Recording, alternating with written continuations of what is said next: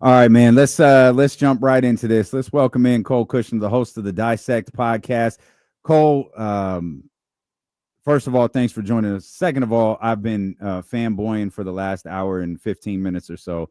I'm a huge fan of the Dissect podcast, a huge fan of your work. And I've told everyone, like, you live in Sacramento, you're a Sacramento guy, you're a Sacramento Kings fan, and you live through all of this heartache with us year after year after year. You're just like us.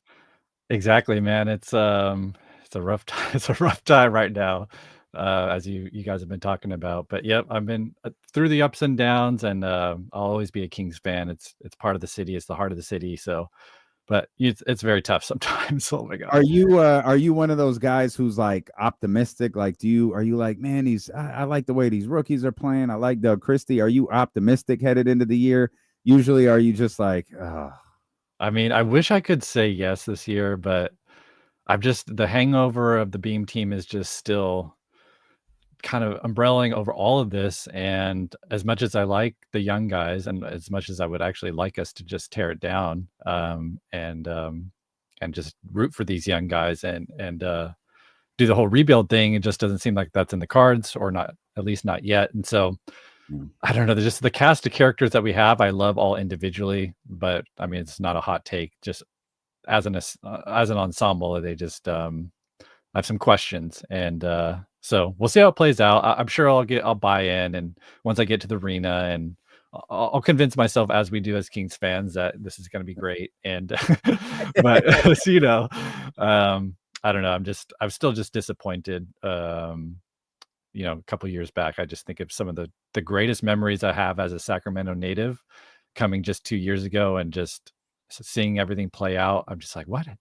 Was that a fever dream? Like, what actually happened? Like, how did we get here? But and it all ended so quick. I know. It all ended so quick. Let's talk about the podcast, man. The Dissect podcast. You mentioned you just dropped the last episode of what I think is it your 15th season?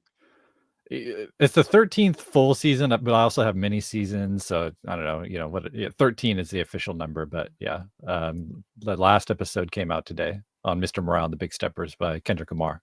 Yeah, which is I'm so anxious to talk about that album, because it's one of Kendrick Lamar's most unique albums. It is an incredibly emotional album, and you wrapped up with Mirror. Can you tell me, like, what is your process?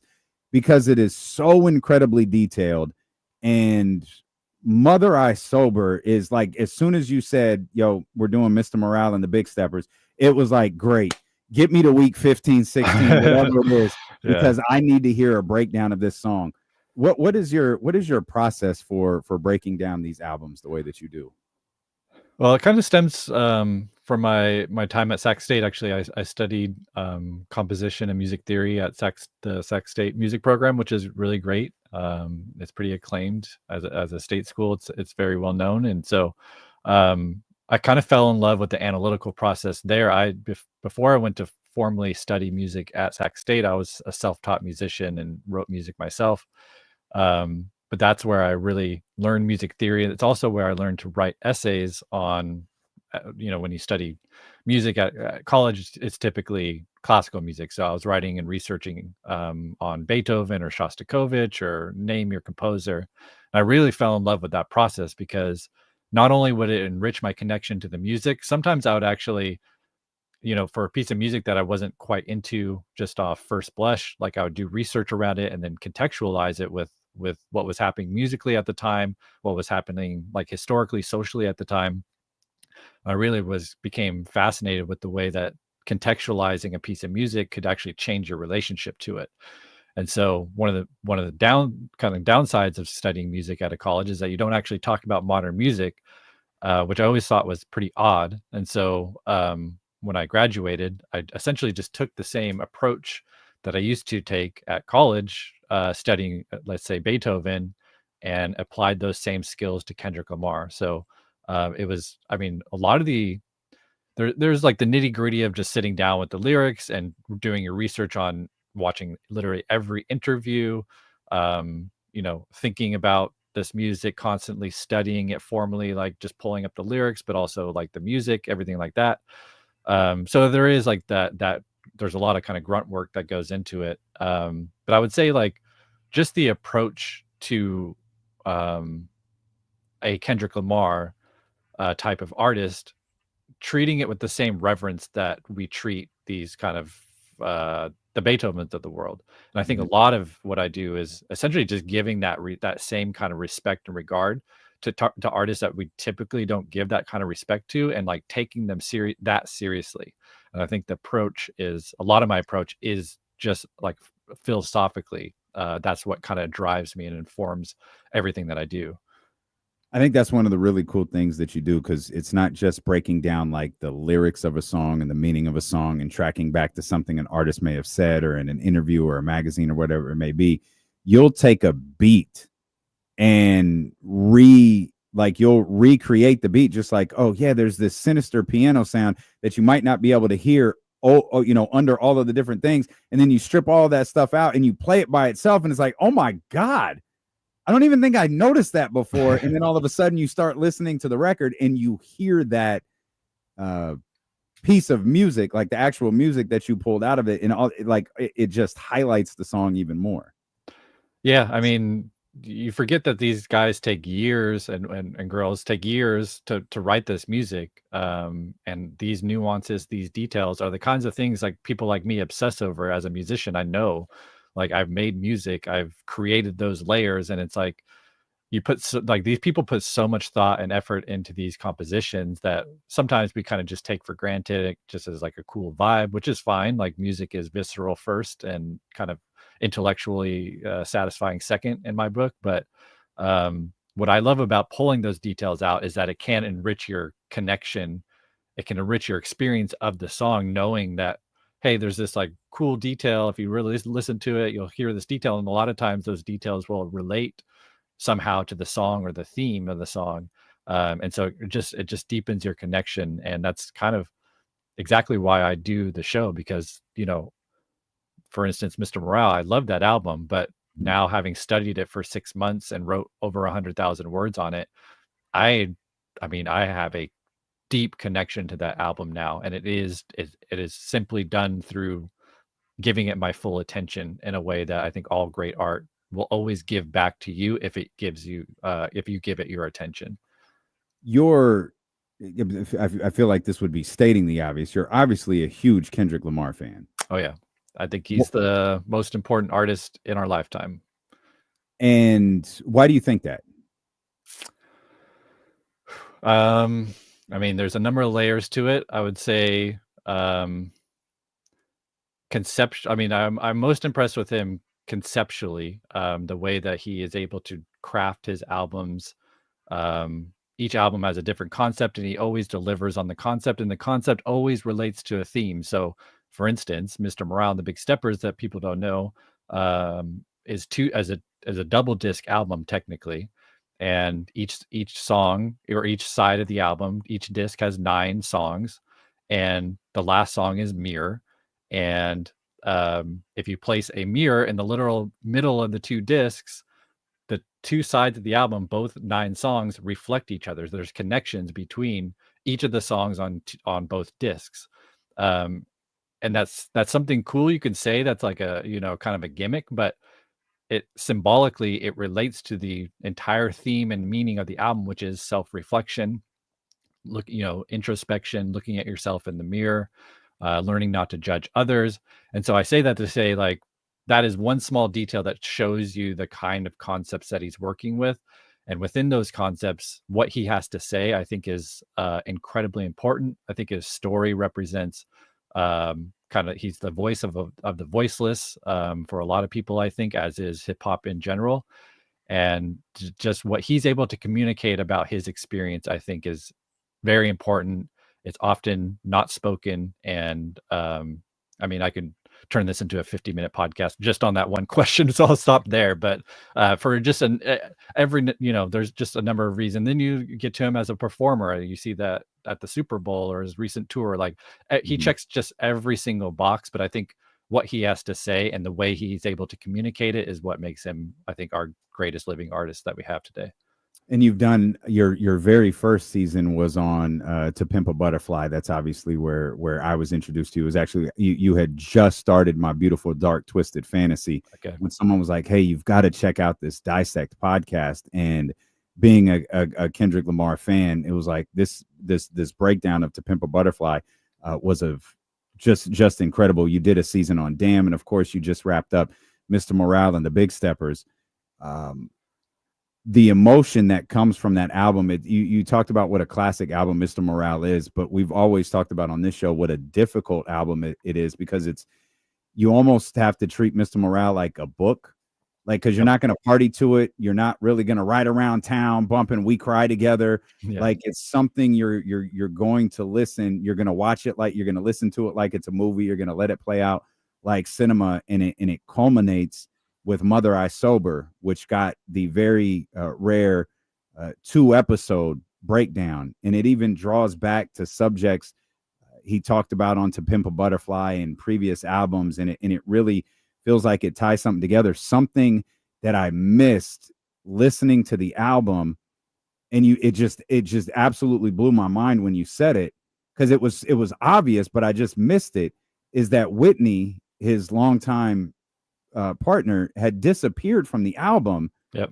And didn't come back until that just emotional dumping, in which I think Kendrick has acknowledged that was the last time he cried. Yep. Was when he did that record. I thought that was such like an incredible detail, that even though there was one song after it, which that episode dropped today, that brought the entire album full circle to me. Yeah, that's a detail I didn't discover until really like midway through the season. And that this is again kind of the things that you unearth when you're looking so closely at it. But in my interpretation of it, I think it reflects what happened in their real life, which was in Mother I Sober, he says very transparently, like Whitney confronted him about his habitual adultery. He was cheating on her, and instead of just to her credit, being kind of this, I could see why he holds her so dearly, because she offers him help. She asks him point blank, "Do you have an addiction? Are you a sex addict?"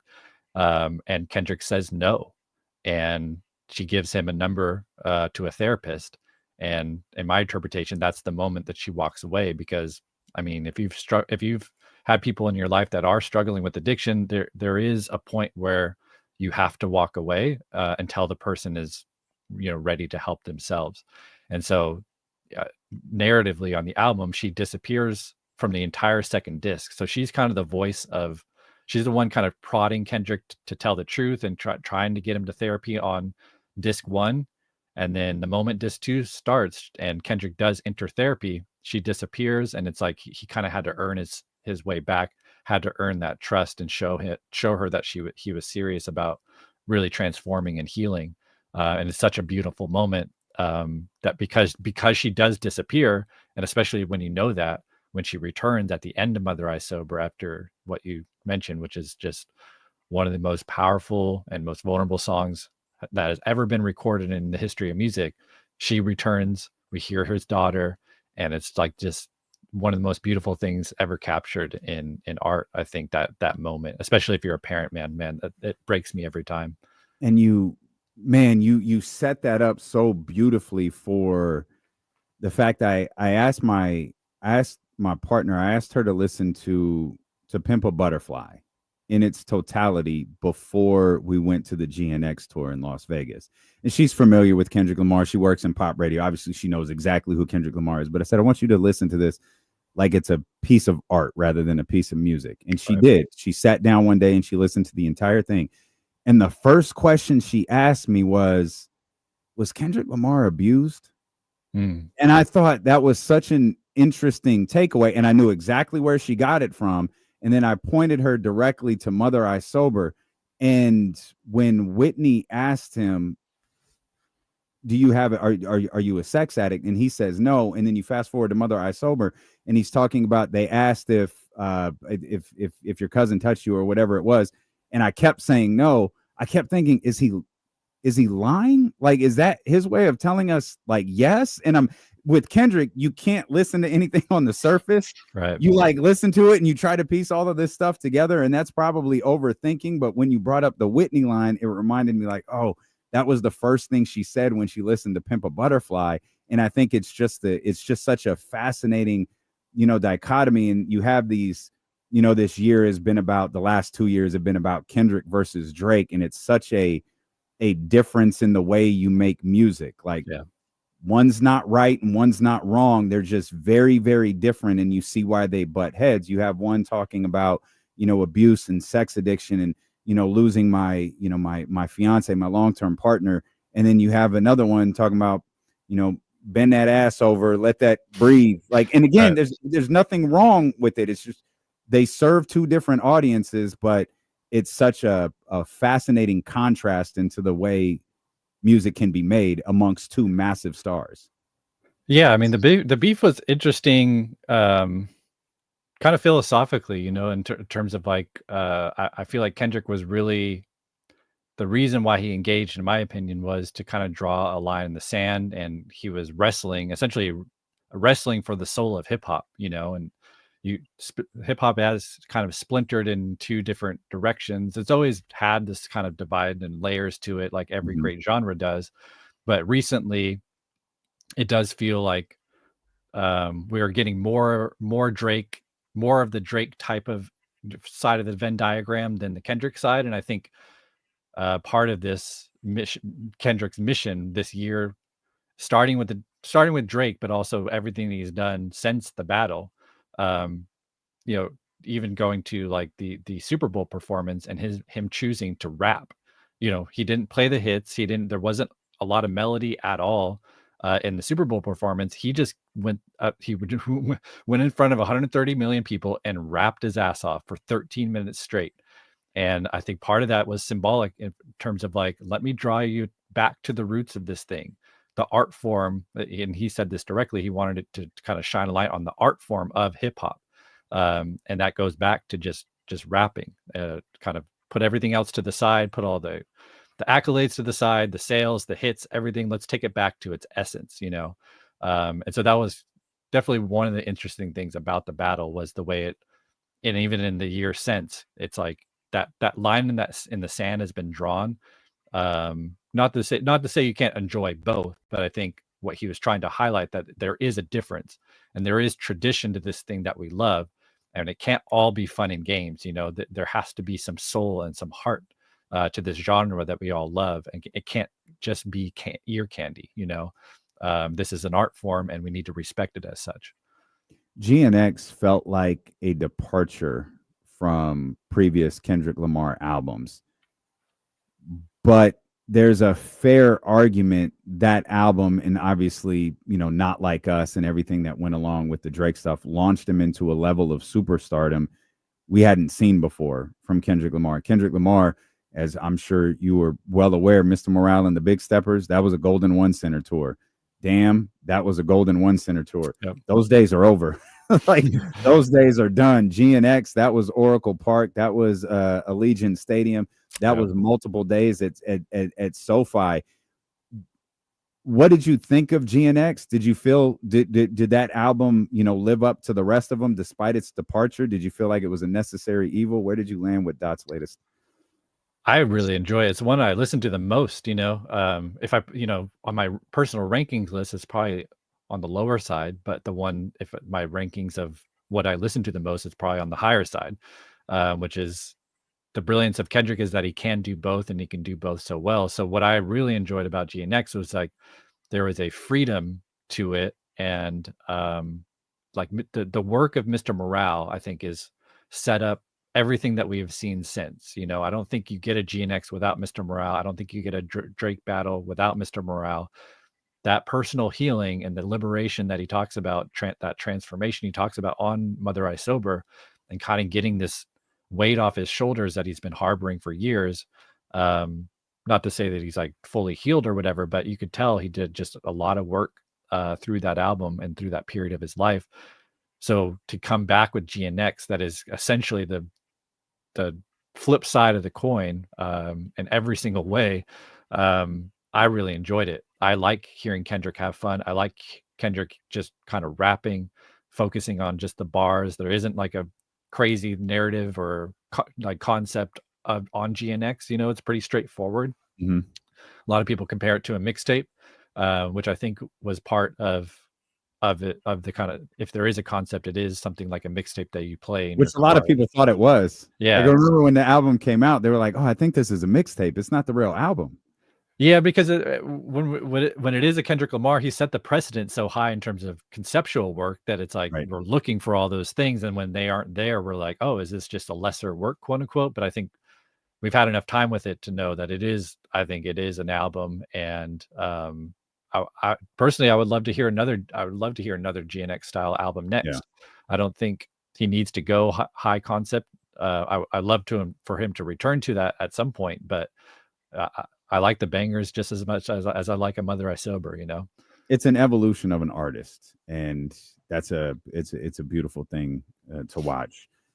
Is there an album you haven't done that you really want to do?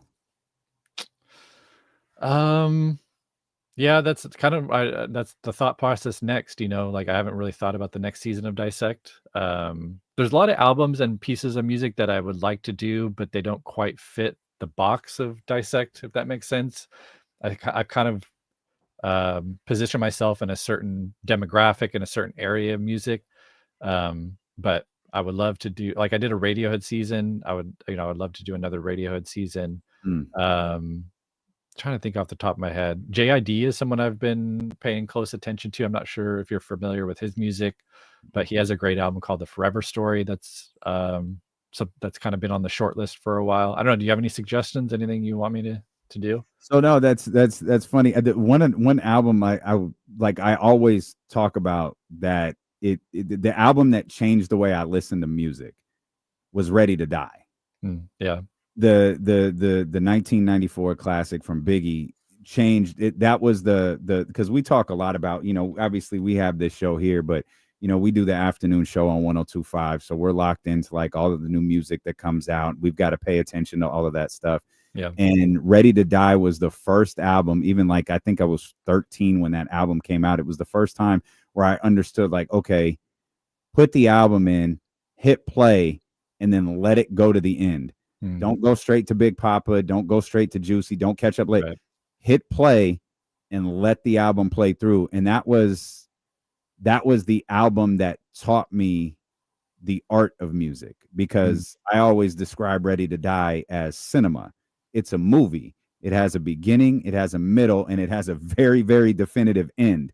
And I don't know how much that could be broken down, but I know, like, in terms of importance to me, as much as I love, you know, the Kendrick Lamar albums, and they'll probably rank 4 out of my top 5, Ready to Die will always be number 1 because of the importance it had on my life and the way I listen to music. If it wasn't for Ready to Die, I wouldn't listen to To Pimp a Butterfly the way that I do. I wouldn't have gotten, like, the reveal at the end of To Pimp a Butterfly is the greatest thing in the history of music. Like it's just incredible. Crazy. Yeah. And, you know, Good Kid, Mad City, it's a whole story.